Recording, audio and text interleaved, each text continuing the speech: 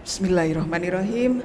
Assalamualaikum warahmatullahi wabarakatuh.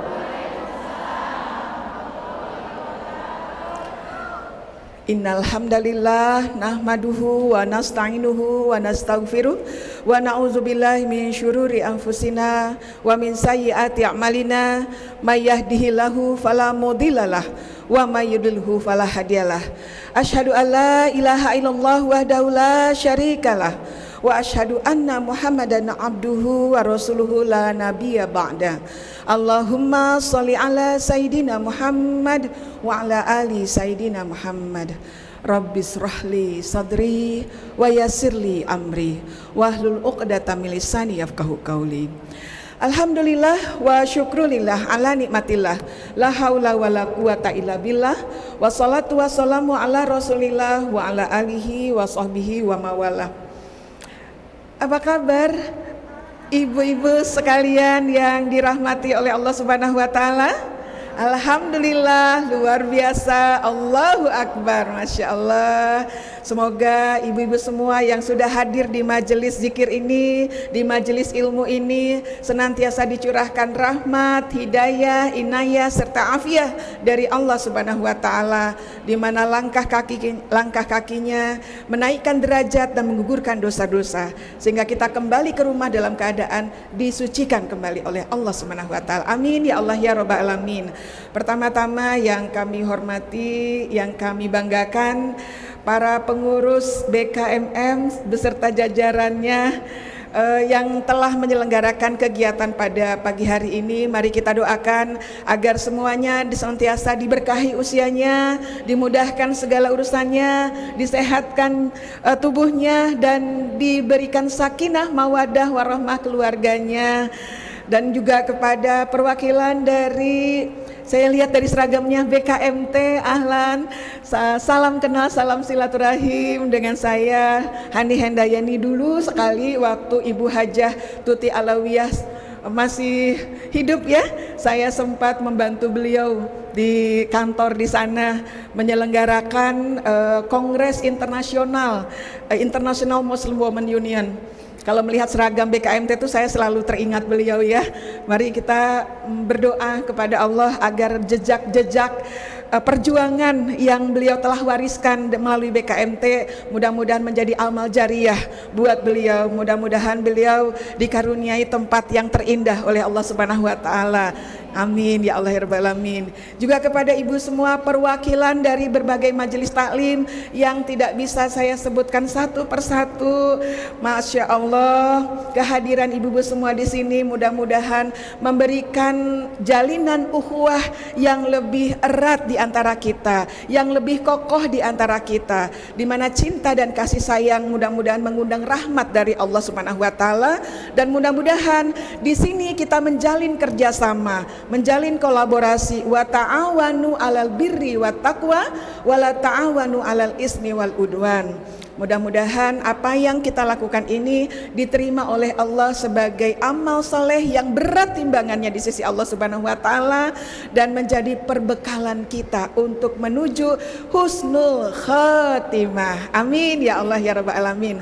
Itulah tema kita pada kali ini ya ibu-ibu sekalian. Tentunya tak lupa salawat serta salam semoga senantiasa terlimpah curah kepada Rasulullah Sallallahu Alaihi Wasallam, di mana kehadirannya telah menjadi rahmat bagi semesta alam, keteladannya menjadi inspirasi banyak manusia, dan bahkan mereka yang tidak beriman kepadanya mengangkatnya menjadi satu di antara 100 tokoh dunia.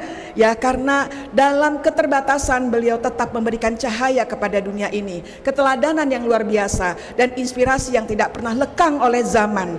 Kita tidak pernah mengenalnya, tidak pernah duduk bersamanya, tapi hati-hati kita bergetar ketika mendengar nama Rasulullah Sallallahu Alaihi Wasallam, terkhusus di bulan Rabiul Awal seperti ini, di mana Maulid diselenggarakan dengan semarak di mana-mana, maka namanya sering kali disebut, salawat senantiasa terlantunkan. Dan mohon maaf ibu-ibu, walaupun saya tidak bisa hadir dari sejak pagi dan baru bisa hadir di siang hari, saya yakin ibu-ibu di sini juga telah menyanjungkan salawat kepada Rasulullah Sallallahu Alaihi Wasallam.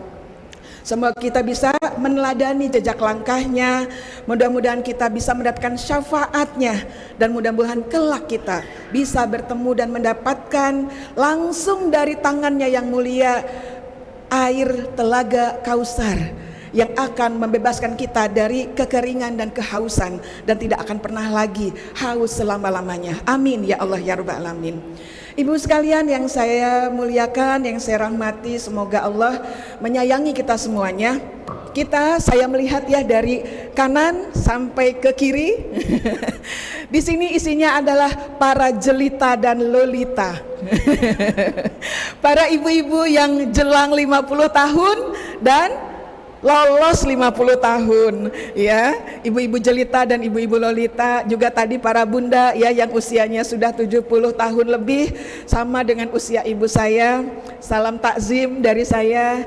Sesungguhnya saya ini kalau berbicara di tengah orang tua merasa malu, merasa tidak pantas kalau bukan karena amanah yang diberikan kepada saya untuk menyampaikan beberapa kalimat yang saya ketahui dari lautan ilmu Allah Subhanahu wa taala. Tentulah saya seperti menggarami lautan dengan pengalaman ya, dengan usia, dengan pengetahuan. Tentunya ibu-ibu yang rajin ke majelis taklim ini jauh lebih baik dari saya. Namun demikian, saya tetaplah berusaha untuk memberikan yang terbaik untuk ibu-ibu semuanya. Semoga apa yang akan kita bahas bersama bisa menjadi kekayaan ilmu, cahaya bagi jiwa, dorongan untuk bisa bergerak menuju husnul khatimah. Amin ya Allah ya Rabbal alamin. Ibu-ibu sekalian, ada sebuah ayat di dalam Al-Qur'an. A'udzubillahi minasyaitonirrajim. Bismillahirrahmanirrahim. Ya ayyuhalladzina amanu taqullah. Ya ayyuhalladzina amanu taqullaha haqqa tuqatih wa la tamutunna illa wa antum muslimun. Shadaqallahul azim. Ayat ini menjadi ayat yang mengingatkan kita sebagai orang-orang yang beriman kepada Allah, jangan pernah merasa cukup. Ketika Allah sudah hadirkan kita di sini, sudah Allah berikan kepada kita kesempatan berilmu, kesempatan untuk bisa bersama-sama berukhuwah, merasakan kenikmatan berislam, kenikmatan bisa mencicipi berbagai karunia Allah Subhanahu wa taala. Jangan pernah merasa cukup. Dengan apa? Dengan keimanan yang ada di dalam hati. Iman yang terkadang sering memberikan rasa aman kepada kita, tapi kita tidak aman dari hisab Allah, kita tidak aman dari pengawasan Allah, kita tidak aman dari berbagai hal yang muncul dari diri kita sendiri sebagai manusia. Fa'alhamaha fujuraha wa taqwaha. Karena sebagai manusia kita diilhamkan oleh Allah dua, ada fujur dan ada takwa. Bahwa kita bersyukur kita sekarang diberikan keimanan, tapi di sisi lain khannas, setan yang senantiasa memberikan was-was di dalam jiwa kita itu mencari peluang kapan dia muncul menggoda kita, memalingkan kita dari Allah Subhanahu wa taala. Maka waspadalah, waspadalah, waspadalah. Ya, iman kita tidak pernah bertempat di satu titik terus menerus. Iman kita yajidu wa yankusu. Iman kita terkadang naik, terkadang turun. Kalau ketika naik, maka khannas, setan yang melekat pada hati kita, dia tidak mampu menggoda kita. Kenapa? Dalam hati kita ada Allah, dalam lisan kita zikir, dalam pikiran kita ingat akhirat.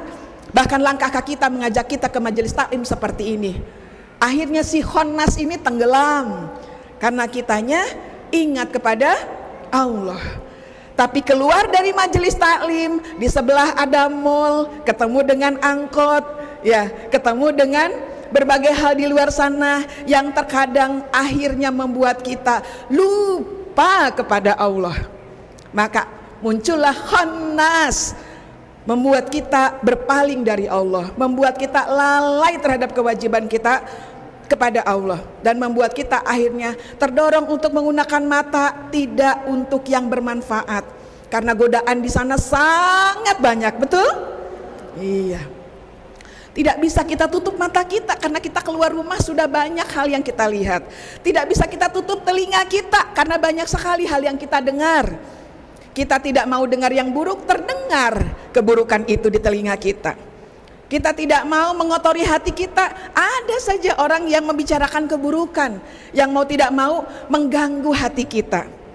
Saat itulah ketika kita ragu, ketika kita khawatir, ketika kita goyah, si khannas muncul menggoda, mendominasi hati kita sehingga keimanan kita terkalahkan. Itulah saat dimana akhirnya kita menyerahkan segala sesuatu kepada Allah. Ketika kita merasa lemah, ketika kita merasa sempit, ketika kita merasa berpaling dari Allah, saat itulah kita kembalikan kepada Allah dengan kalimat istirja. Kalimat apa, Bu? Istirja. Kalimat apa itu? Inna lillahi wa inna ilaihi raji'un. Ya, karena segala sesuatu datang kepada kita, kita dengar, kita lihat, itu datangnya dari Allah. Ya, Allah sedang menguji kita. Allah ingin melihat keimanan kita, Allah ingin melihat keteguhan kita. Maka Allah uji dengan berbagai hal dalam kehidupan ini. Bu, pertanyaan saya, pasti di sini ibu-ibu sudah banyak punya anak, banyak punya cucu ya? Iya.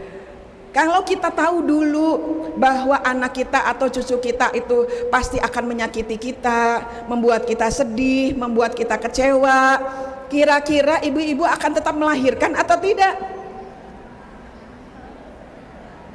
Akan tetap melahirkan atau tidak? Tetap. Coba sama dengan anak kita, kadang nakal, kadang mengecewakan, tetap dikasih makan. Tetap dikasih makan. Tetap kita sekolahin, tetap kita sekolahin, tetap kita sayang, tetap kita sayang. Allah juga begitu, Bu.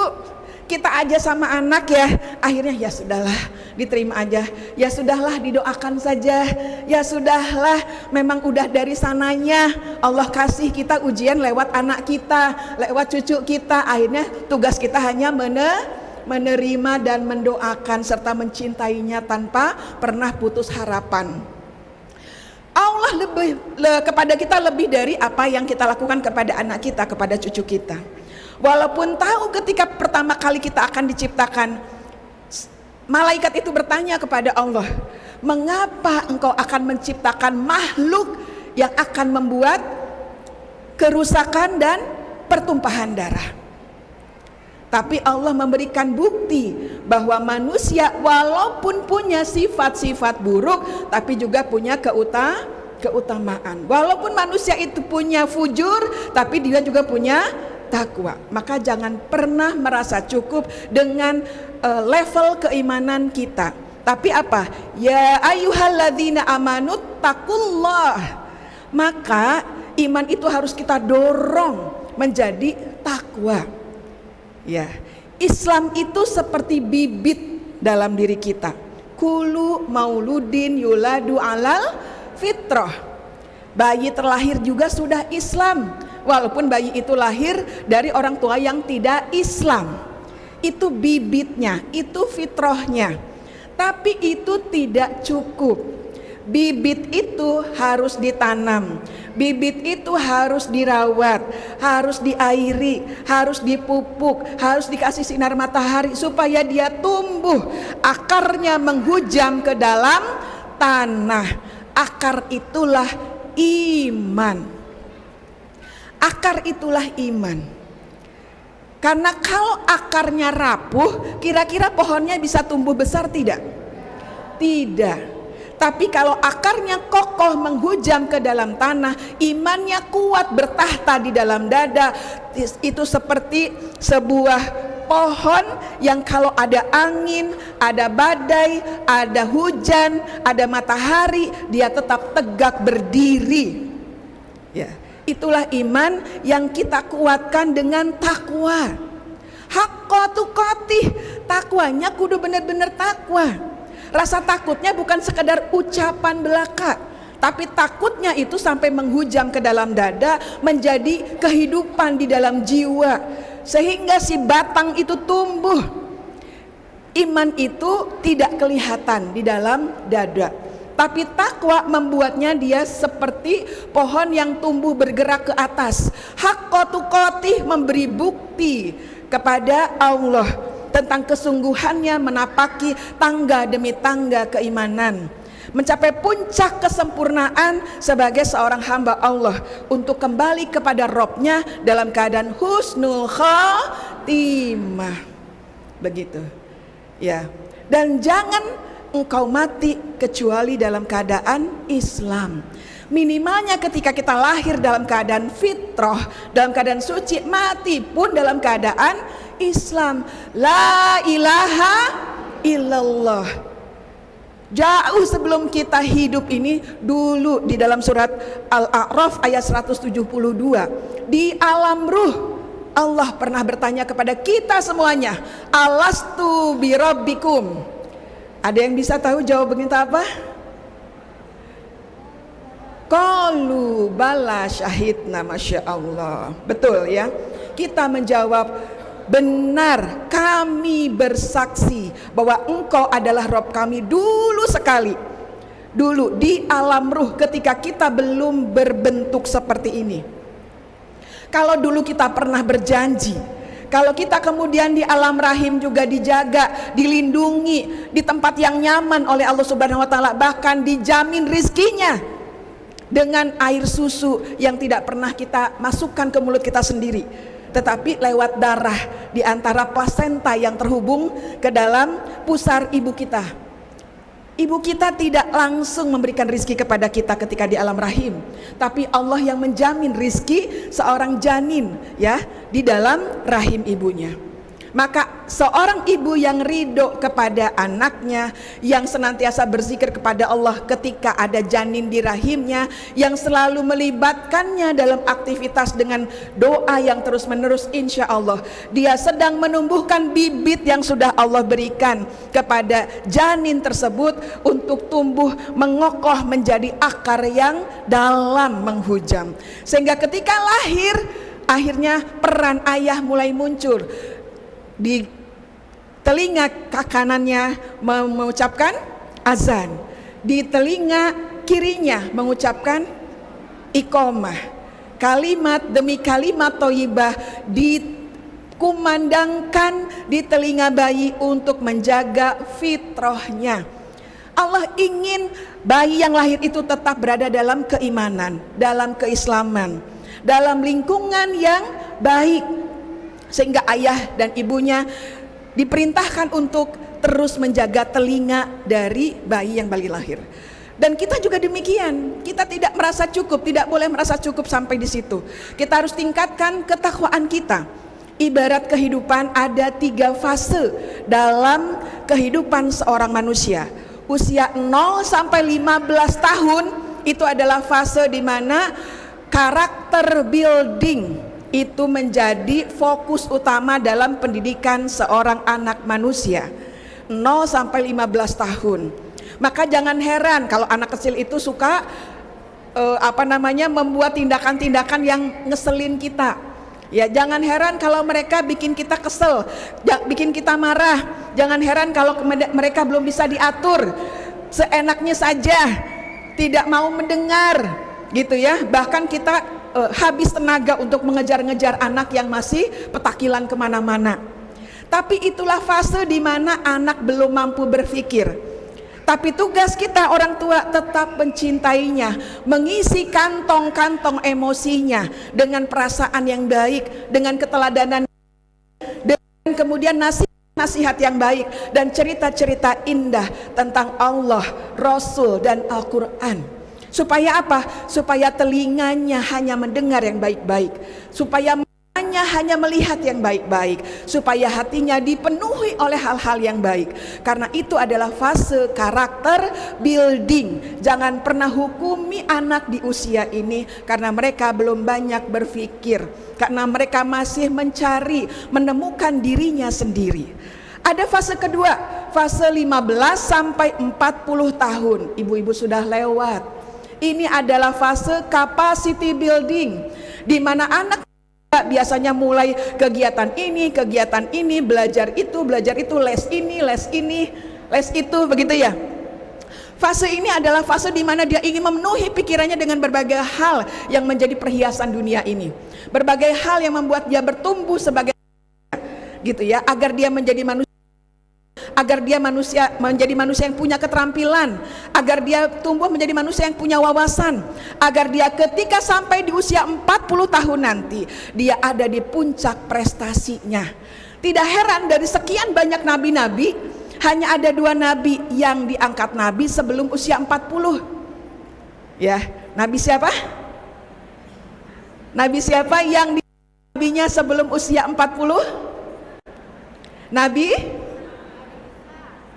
Isa alaihissalam. Satu lagi Nabi, ada yang tahu? Satu lagi Nabi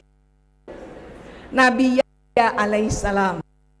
Selain itu hampir seluruh nabi-nabi yang diutus oleh Allah menjadi nabi pada usia 40 tahun. Ada apa dengan usia 40 tahun? Tadi usia inilah manusia mencapai puncak tangannya, secara pemikiran, secara mental, secara karir, bahkan secara materi. Maka di saat ketika manusia sampai puncak prestasinya sebagai manusia, saat itulah Allah turunkan kepada kita sebuah doa. Allahumma, apa? Doanya apa? Auzi'ni. Ya, Rabbi auzi'ni an ashkura nikmataka allati an'amta alayya wa ala waliya an a'malan salihatin li dzurriyyati atau rahmatika ya arhamar rahimin. Ini doa khusus dari Allah, ditetapkan dalam Al-Quran, dan di mereka yang usianya 40 tahun, agar mereka di usia ini menyadari berbagai nikmat yang sudah Allah berikan, agar mereka bersyukur kepada Allah atas semua yang telah diterimanya. 40 tahun cukup untuk membuat seorang anak manusia dewasa dengan keimanannya, dengan ketakwaannya, dengan kematangan emosinya, dengan berbagai kapasitas dirinya yang sudah dia penuhi dari umur 15 sampai 40 tahun. Nah, para jelita dan para lolita memasuki fase terakhir, ya, yang disebut fase summit reaching. Fase terakhir seorang manusia mencapai paripurna dalam kehidupannya. Masa terbaik dalam hidup ternyata bukan di awal, bukan di tengah, ternyata di akhir. Wal akhiratu khairul laka minal ula. Kita mungkin tidak bisa memilih lahir dari rahim siapa, betul? Ibu kita banyak macamnya, ayah kita banyak macamnya. Boleh jadi ada yang bisa mengajari agama, boleh jadi ada yang tidak, betul? Tetapi di akhir hidup kita ini, ketika kita ingin menjadi sosok yang husnul khotimah, ini pilihan atau ini takdir dari Allah? Ini adalah pilihan. Terbukti dari sekian banyak orang jelita dan lolita di luar sana, hanya segini yang datang ke sini. Iya, ada banyak orang memilih cara untuk mengakhiri hidupnya. Tetapi ibu semua di sini, jamaah semua di sini memilih untuk datang ke masjid, rumah Allah, mencari ilmu. Padahal sebetulnya tenaga juga sudah berkurang. Padahal sesungguhnya tubuh ini juga sudah lemah. Padahal sesungguhnya mata ini juga sudah kurang dalam melihat, bahkan telinga kita juga sudah kurang dalam mendengar. Tetapi Masya Allah, ya barakallahu lakum, ya keberkahan buat ibu-ibu semuanya. Kita justru sekarang sedang di fase finish dalam kehidupan kita, menjelang finish. Maka karena ini adalah usia di mana kita seperti lari maraton ya, kita bisa santai di waktu awal, di tengah agak cepat. Begitu kita mau sampai finish, kira-kira apa yang kita lakukan? Kita akan berlari sekencang mungkin dengan seluruh kekuatan yang kita punya, supaya kita bisa sampai finish dan menjadi pemenang dalam kehidupan kita. Iya, jadi ini adalah the power of kepepet sebenarnya. Ini waktu kita yang sisa. Ya, ketika di waktu sisa ini kita berada dalam kebaikan, kita berada di dalam di sebuah majelis kebaikan, majelis ilmu bersama orang-orang yang baik, membicarakan hal yang baik. Sebetulnya ini bagian dari ikhtiar kita untuk sampai kepada husnul khatimah. Begitu ya, dan jangan sampai kita mati dalam keadaan tidak Islam. Itu satu ayat dalam surat Ali Imran ayat 102. Berikutnya tadi ayatnya sudah dibacakan oleh Pak Wakil, surat Al-Hasyr. Ya ayyuhalladzina amanu wal tanzur nafsum ma qaddamat ligod wattaqullah innallaha khabirum bima ta'malun. Ya, jadi ayat ini menjadi inspirasi kita bahwa ternyata ada 3 hal dari ayat ini yang perlu kita perhatikan. Ya, pertama, ayat ini mengingatkan kita tentang bagaimana seharusnya kita melakukan refleksi. Ya, karena kita diingatkan wal tanzur nafsum. Ya, perhatikan apa yang engkau persiapkan untuk hari esok. Ligot di sini sebetulnya itu membicarakan hari kiamat. Hari kiamat yang datangnya kita belum tahu pasti, tetapi menggunakan kata God, ya. God, ya. Menggunakan kata God itu menunjukkan kata besok, artinya juga besok. Kenapa kiamat yang seakan-akan masih jauh itu diungkapkan dengan kata besok? Agar apa? Agar kita tidak menunda-nunda, agar kita tidak santai, kita segera mempersiapkan diri. Fafiru ilallah, berlari menuju kepada Allah. Sabiku ila magfirah, ya, bersegeralah engkau menuju kepada ampunan Allah Subhanahu wa taala. Kita disuruh bersegera karena besok itu kita tidak tahu apakah kita masih bernyawa ataukah tidak. Maka diungkapkan dengan kalimat God di situ. Ya. Allah ingin kita menghitung. Hasibu anfusakum qabla an tuhasabu. Hisablah diri kalian sebelum dihisab oleh Allah, menggunakan kata God, menggunakan kata besok. Nah, ini kalau Umar bin Khattab memaknainya adalah setiap malam sebelum tidur beliau melakukan muhasabah. Enggak setahun sekali kalau mau tahun baru doang. Biasanya kan gitu ya, muhasabah itu setahun sekali kalau tahun baru menjelang awal tahun gitu. Tetapi kalimat yang ada dalam ayat ini dan interpretasi dari seorang Umar bin Khattab terhadap ayat ini mengatakan bahwa ternyata muhasabah itu perlu dilakukan setiap malam sebelum tidur untuk mempersiapkan diri hari esok yang kita tidak tahu apakah kita masih hidup ataukah kita sudah mati. Begitu. Jadi ayat ini sesungguhnya peringatan kepada kita untuk kita memikirkan apa yang sudah kita lakukan di masa lalu gitu, dan apa yang akan kita siapkan untuk masa yang akan datang. Jadi ayat ini juga berbicara tentang manajemen waktu. Karena dia berbicara tentang waktu yang lalu, waktu yang sekarang, dan waktu yang akan datang. Begitu ya. Jadi luar biasa Allah itu dalam ayatnya pertama ya, satu ayat ini mengungkapkan 2 kalimat takdir. Bukan bukan cuma satu. Sama dengan surat Al-Imran tadi juga. Kalau ada dalam sebuah ayat itu 2 kalimat takwa diungkapkan, maka takwa yang pertama Allah inginkan agar kita bertaubat kepada Allah Subhanahu wa taala. Agar kita memiliki rasa takut yang membuat kita semakin mendekat kepada Allah Subhanahu wa taala. Kalau takut kepada manusia, biasanya kita lari, betul nggak? Menjauh kan gitu ya. Kalau takut kepada manusia.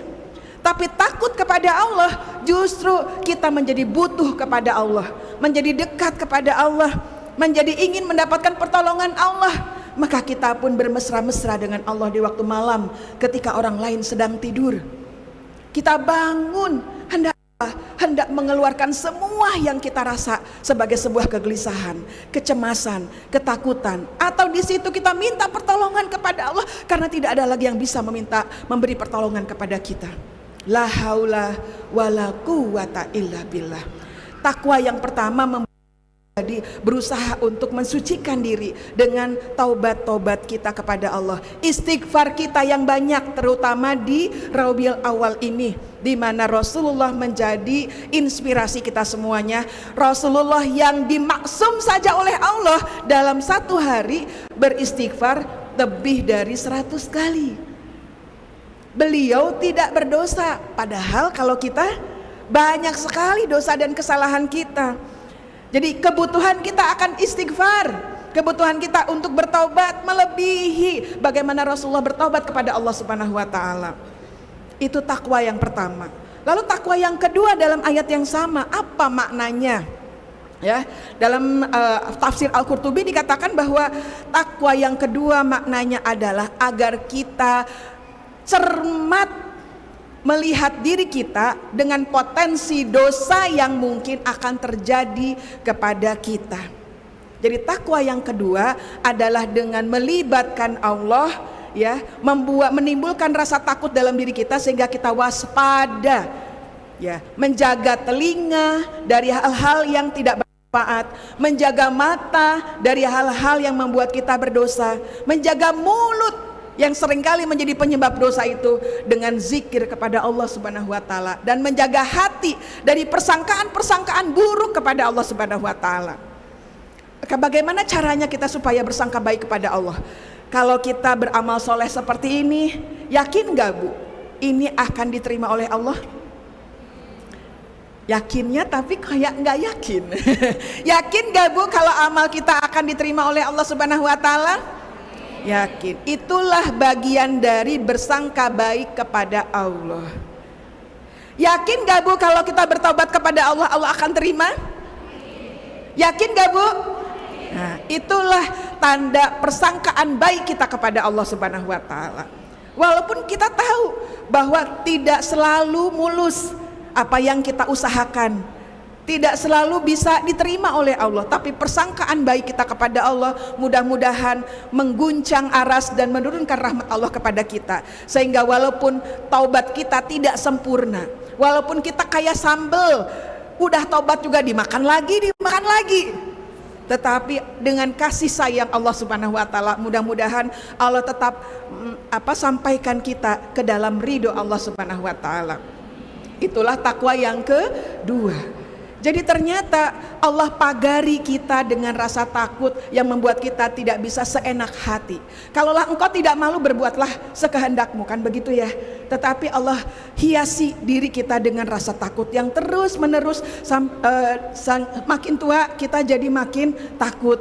Bukan takut apa-apa, takut tidak husnul khotimah. Maka kita jaga langkah kaki, kita jaga mata kita jaga telinga kita. Begitu ya.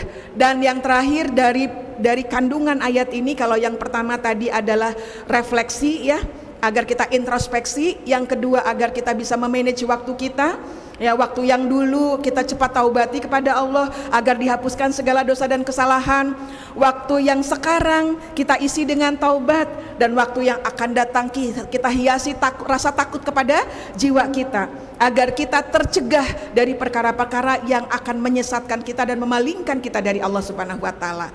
Yang terakhir, makna dari ayat surat Al-Hasyr ini adalah bagaimana kita mengisi waktu yang ada. Saat ini ketika Allah masih hidupkan kita, ketika Allah masih berikan kita kesempatan, ketika Allah masih berikan kepada kita teman, pengingat, ya, kemudian tempat yang baik kepada kita, maka banyaklah tebar kebaikan, banyaklah berproduksi kebaikan sebagai perbekalan kita untuk di masa yang akan datang, di mana kita tidak lagi mampu beramal soleh karena sudah selesai waktu kita.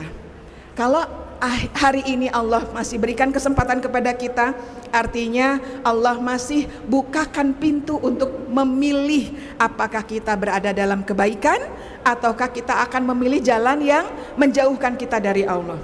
Tapi betapa beruntungnya ibu-ibu sekalian hari ini dengan apa?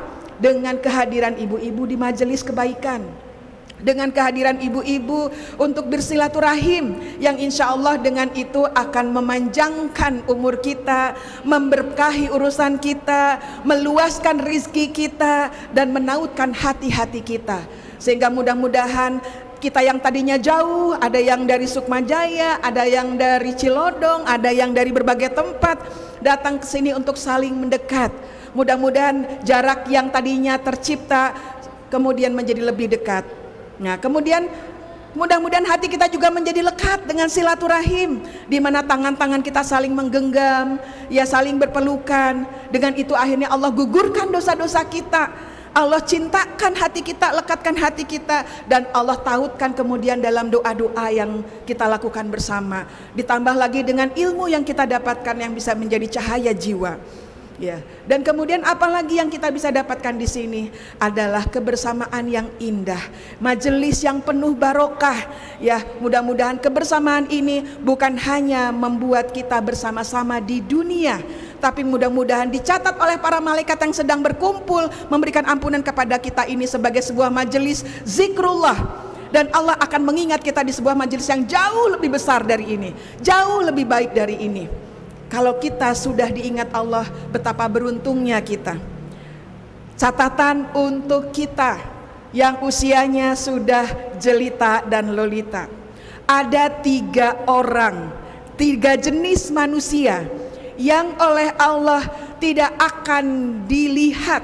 Allah akan berpaling dari mereka, dan Allah tidak akan mengajak bicara mereka, dan Allah akan mengazab mereka dengan azab yang pedih. Siapa saja Bu 3 orang itu?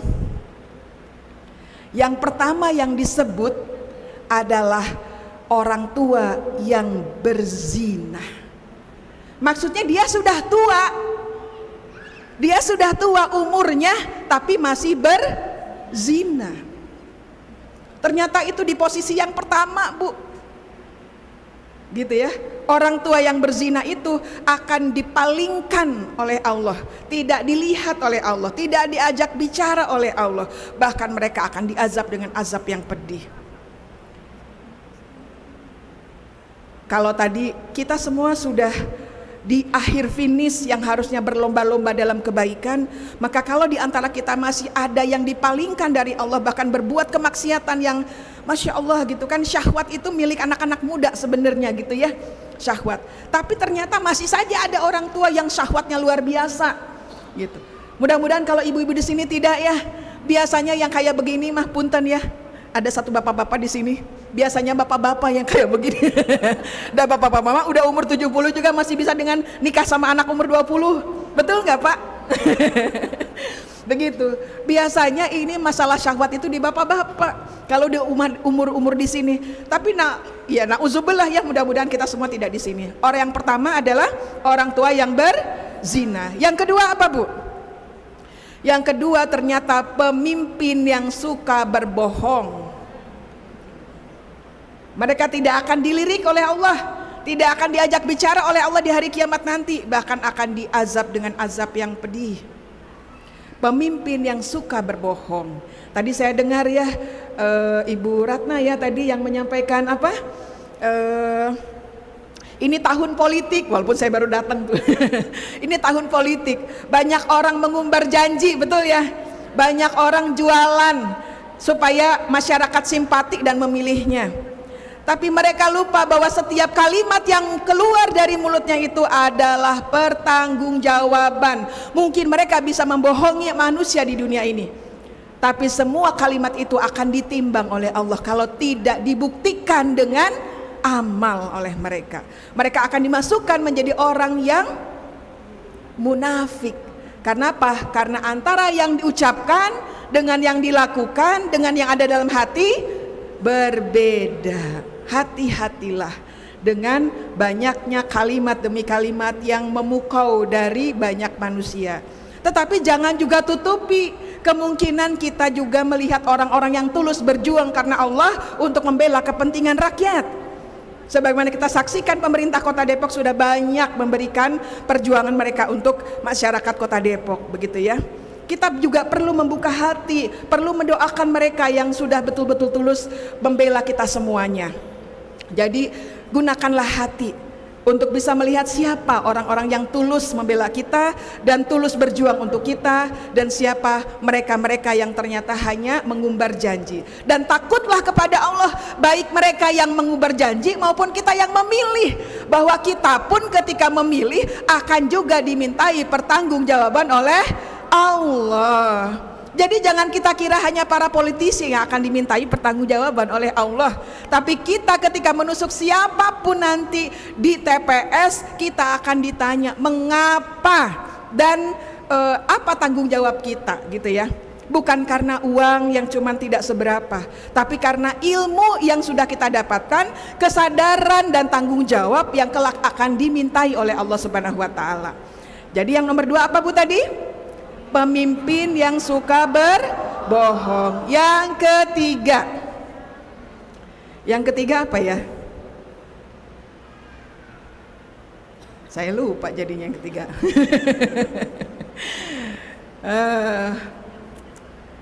Kenapa? Kenapa? 2 juga nggak apa-apa. Iya, kok tiba-tiba jadi hilang ya? Iya. Bisa ngundang lagi. Kalau semuanya sekarang nggak asik ya, Masya Allah. Iya, saya jadikan teka-teki. Kalau misalnya ada dikasih apresiasi.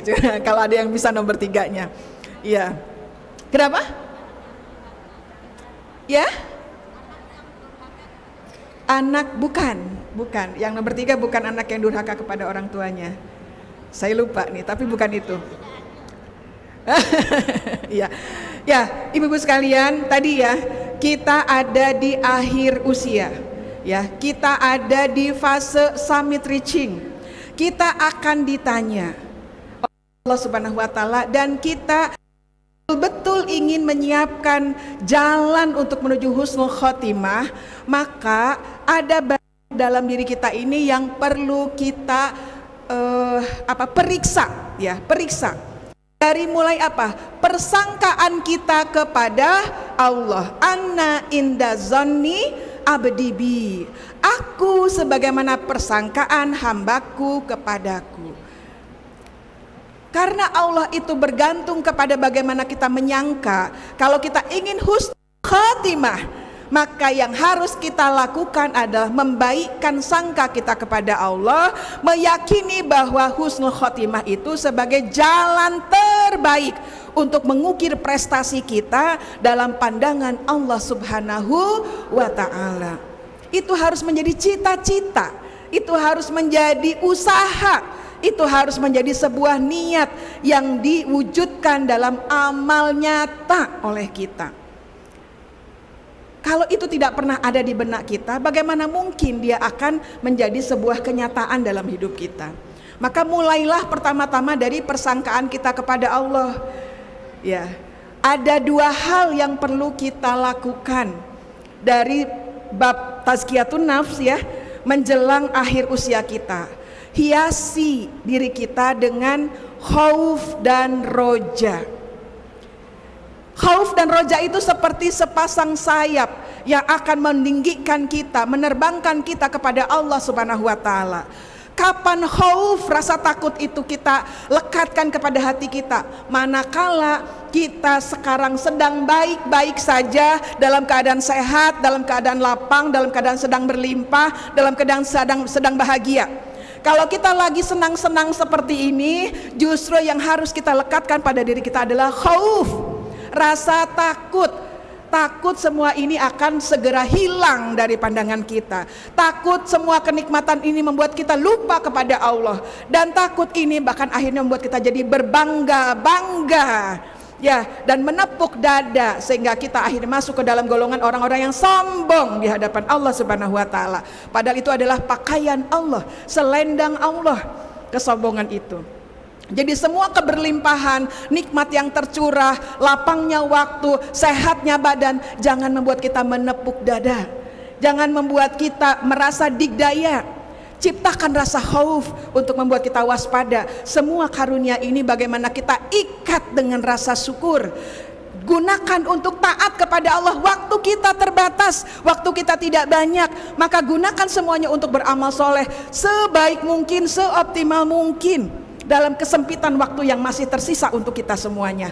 Itulah khauf, ya, yang akan menjadi energi besar untuk kita tetap menggunakan semua potensi. Dan dengan itulah kemudian Allah ikatkan nikmat yang ada itu dengan tidak hilang, dan bahkan ditambahkan, la in syakartum la azidanakum wa la in kafartum inna azabi lasyadid.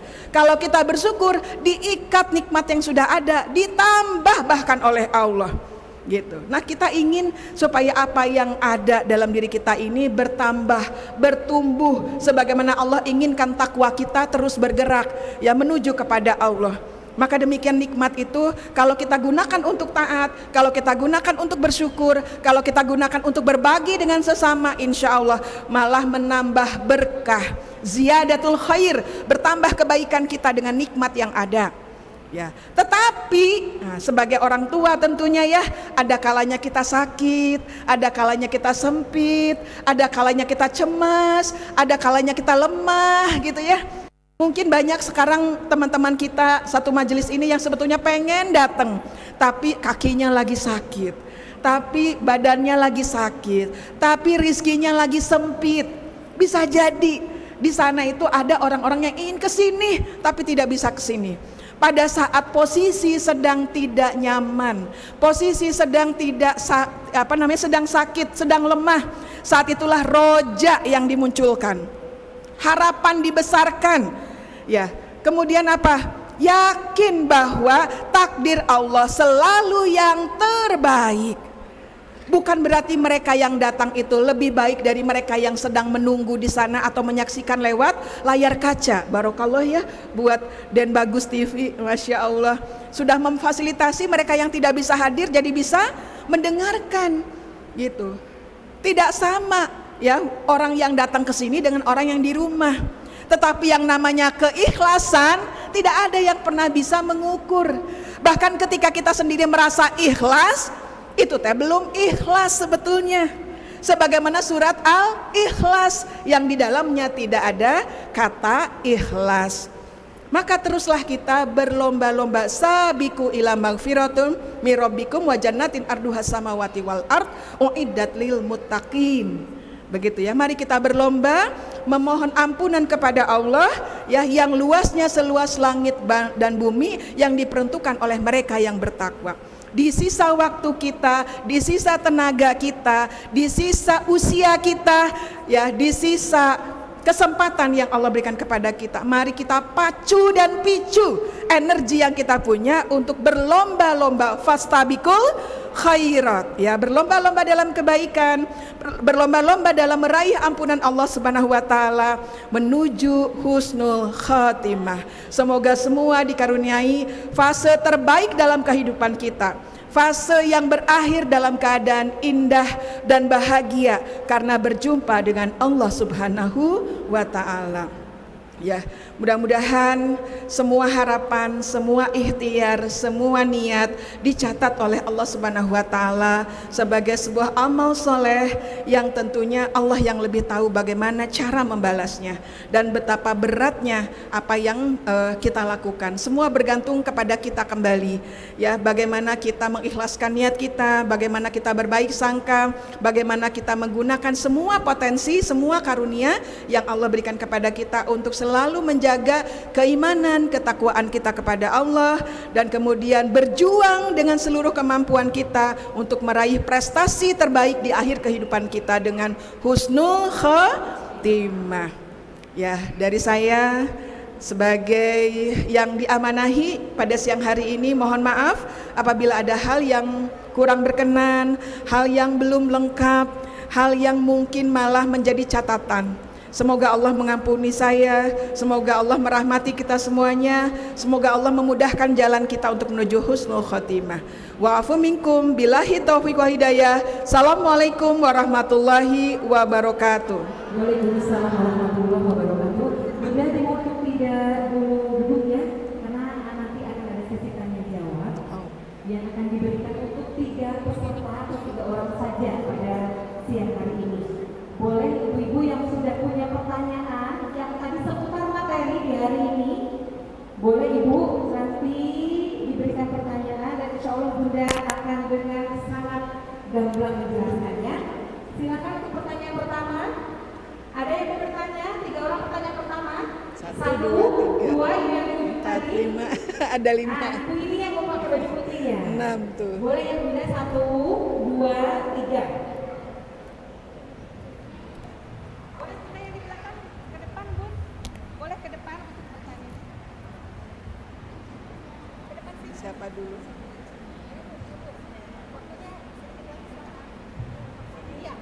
Assalamualaikum warahmatullahi wabarakatuh.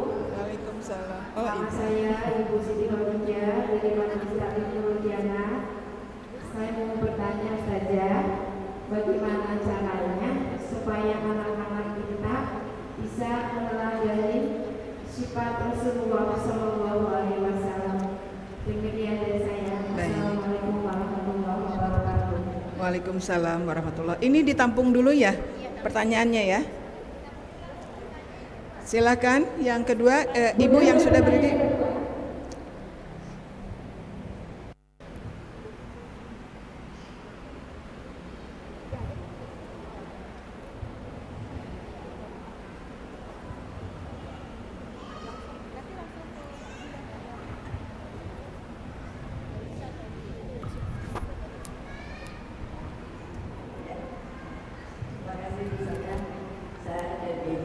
Masya Allah. Pertanyaan saya, tadi dinyatakan ada 3 fase yang diberikan kepada anak-anak usia 1 sampai 15 tahun. ya. 15 sampai 40 dan 40. Bagaimana dengan situasi sekarang keadaannya yang disebut dengan zaman milenial? Anak-anak itu jangan mendengarkan pertanyaan kita atau apa. Dia HP yang selalu dipegang. Itu yang menjadikan kita sedih sekali. Saya punya 7, jadi dengan sendirinya saya juga ingin memberikan sesuatu kepada orang banyak. Barangkali itu saja Bu yang masih terasa oleh kamu. Bagaimana caranya seperti itu? Terima kasih. Namanya Bunda, namanya siapa? Saya Ibu Sri. Ibu Sri dari Beji ya. Beji, tadi sudah disebutkan ya. Terima kasih. Iya. Assalamualaikum warahmatullahi wabarakatuh. Waalaikumsalam warahmatullahi wabarakatuh. Satu lagi Yang dari belakangnya itu. Silakan Bunda maju Bunda. yang di belakang ya. Ya maju aja. Ya. Silakan.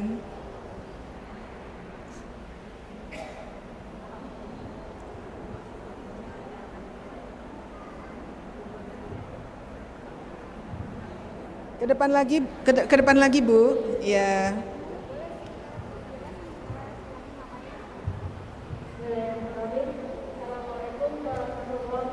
Waalaikumsalam warahmatullahi wabarakatuh.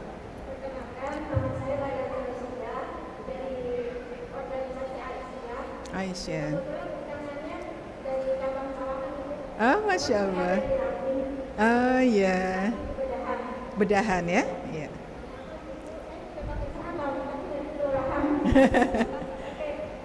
Yang pertama, yang tadi di oleh aturan ibu, 3 ciri orang yang tidak dilihat kalau Iya, iya betul. kira-kira ini sebentuk kalau nggak saya lihat kan orang solid yang sombong itu bukan Orang miskin yang sombong. Sekarang saya ingat. Alhamdulillah, terima kasih ya. Orang miskin yang sombong. Saya sekarang ingat. Jazakillah khair. Iya, iya. Nomor 3, orang miskin yang sombong. Iya. Alhamdulillah, iya. Oke, pertanyaan saya itu kebetulan Allah menakdirkan saya umurnya anak itu kemudian Oh, Masya Allah. usia Fatimah itu kan kesannya orang-orang gitu. Iya. Kalau misalnya kita punya anak Iya. itu seperti apa itu? Baik. Ya, Bu. Baik. Dan yang kedua, ciri-ciri Bu orang yang mendapat usia Fatimah. Ciri-ciri. Iya. Baik. Dan nanti ketika kita di masyarakat bisa mengenal dan Iya. dan Iya. mengenal. Baik. Iya. Terima kasih. Mohon maaf. Assalamualaikum warahmatullahi wabarakatuh. Waalaikumsalam warahmatullahi wabarakatuh. Saya langsung jawab ya? Saya langsung jawab? Ya, baik. Ya, bismillahirrahmanirrahim. Ada 3 pertanyaan ya Ibu sekalian dari 3 anggota majelis ini. Ya, mudah-mudahan semoga saya bisa dimudahkan untuk menjawab. Yang pertama, terkait bagaimana anak-anak kita, cucu kita bisa meneladani Rasulullah Sallallahu Alaihi Wasallam. Masih ingat tidak Bu, bagaimana Rasulullah itu di akhir hidupnya, ucapan apa yang dilontarkan pada saat sakaratul mautnya? Ummati, ummati, ummati.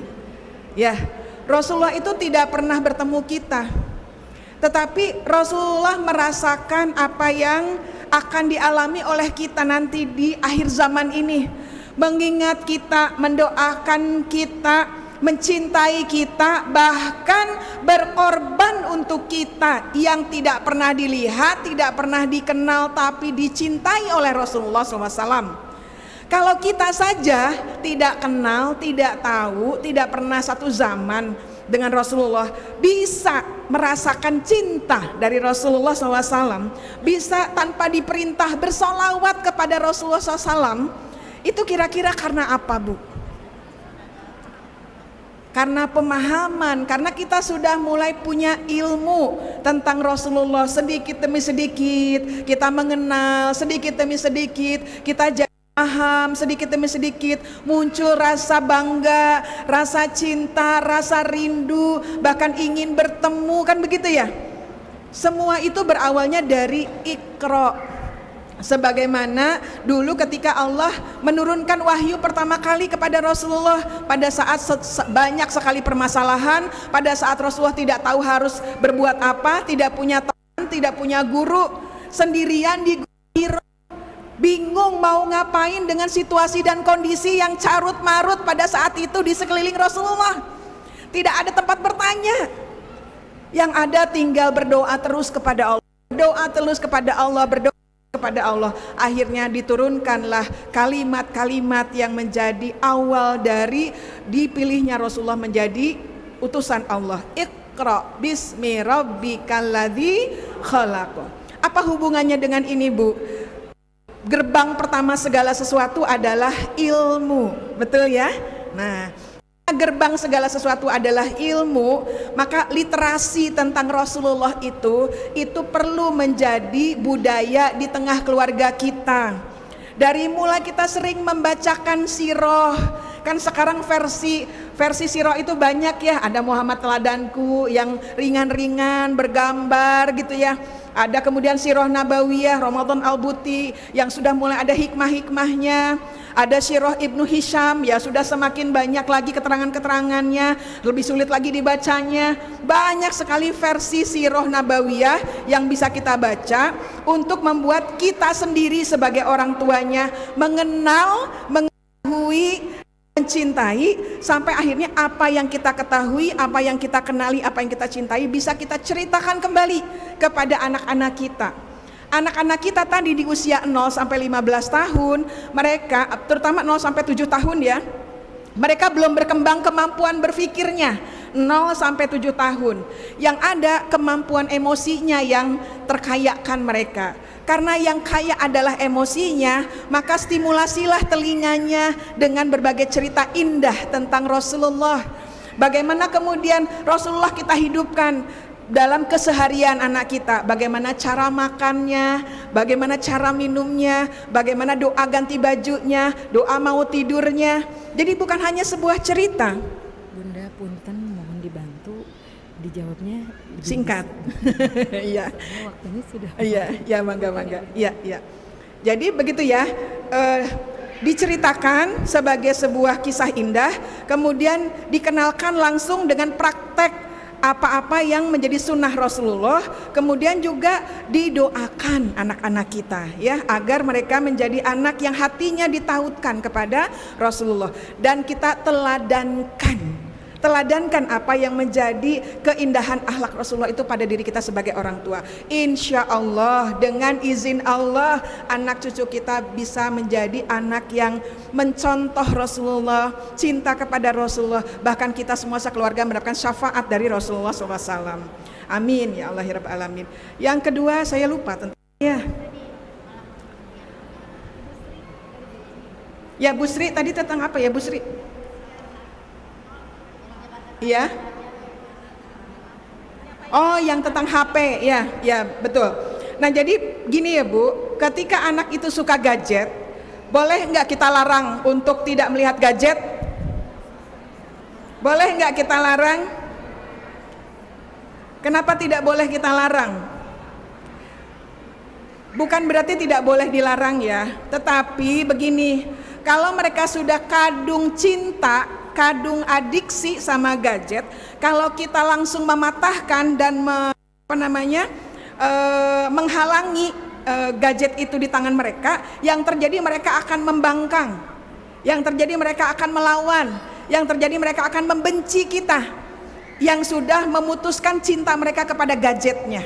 Begitu ya, cinta tidak bisa dilawan dengan benci, tidak bisa. Cinta itu harus dilawan dengan cinta yang lebih besar. Jadi bagaimana caranya? Berikan kesempatan kepada anak-anak kita untuk melakukan kegiatan yang banyak, yang menggunakan tangan mereka, kaki mereka, otak mereka, mata mereka, telinga mereka. Ajak mereka keluar ke tempat-tempat yang indah, gitu ya. Kemudian di saat seperti itu berkomitmen semuanya tidak ada gadget. Seperti tadi kata Pak Imam, ini mau ke majelis taklim apa membaca HP gitu ya. Kalau memang di majelis taklim ya jangan dipegang HP-nya, dengarkan taklimnya kan gitu. Sama, kita bisa buat komitmen gitu di rumah kita akan pergi kemana bersama-sama. Untuk membuat apa? Dipalingkan anak kita dari gadget. Atau jadikan mereka the master of gadget. Latih dan didik mereka menjadi penguasa dari gadgetnya, bukan dikendalikan oleh gadgetnya. Ada pelatihan khusus yang membuat anak-anak itu jadi peduli, bisa memilah, bisa memilih, bahkan bisa menghasilkan uang dari gadget, bisa belajar dari gadget. Jadi berikan arahan, jangan halangi mereka, tapi berikan motivasi yang membuat mereka jadi lebih produktif dengan gadgetnya. Insya Allah bisa. Tapi kalau kita benci mereka, kita halangi mereka, kita akan makin jauh dari anak cucu kita. Kita akan dibenci oleh mereka, dan kemudian akhirnya hubungan kekeluargaan kita jadi tidak lagi harmonis begitu. Ada trik dan tipsnya sebetulnya ya, dan itu butuh waktu yang lebih panjang. Kemudian yang ketiga, saya berterima kasih tadi sudah diingatkan ya.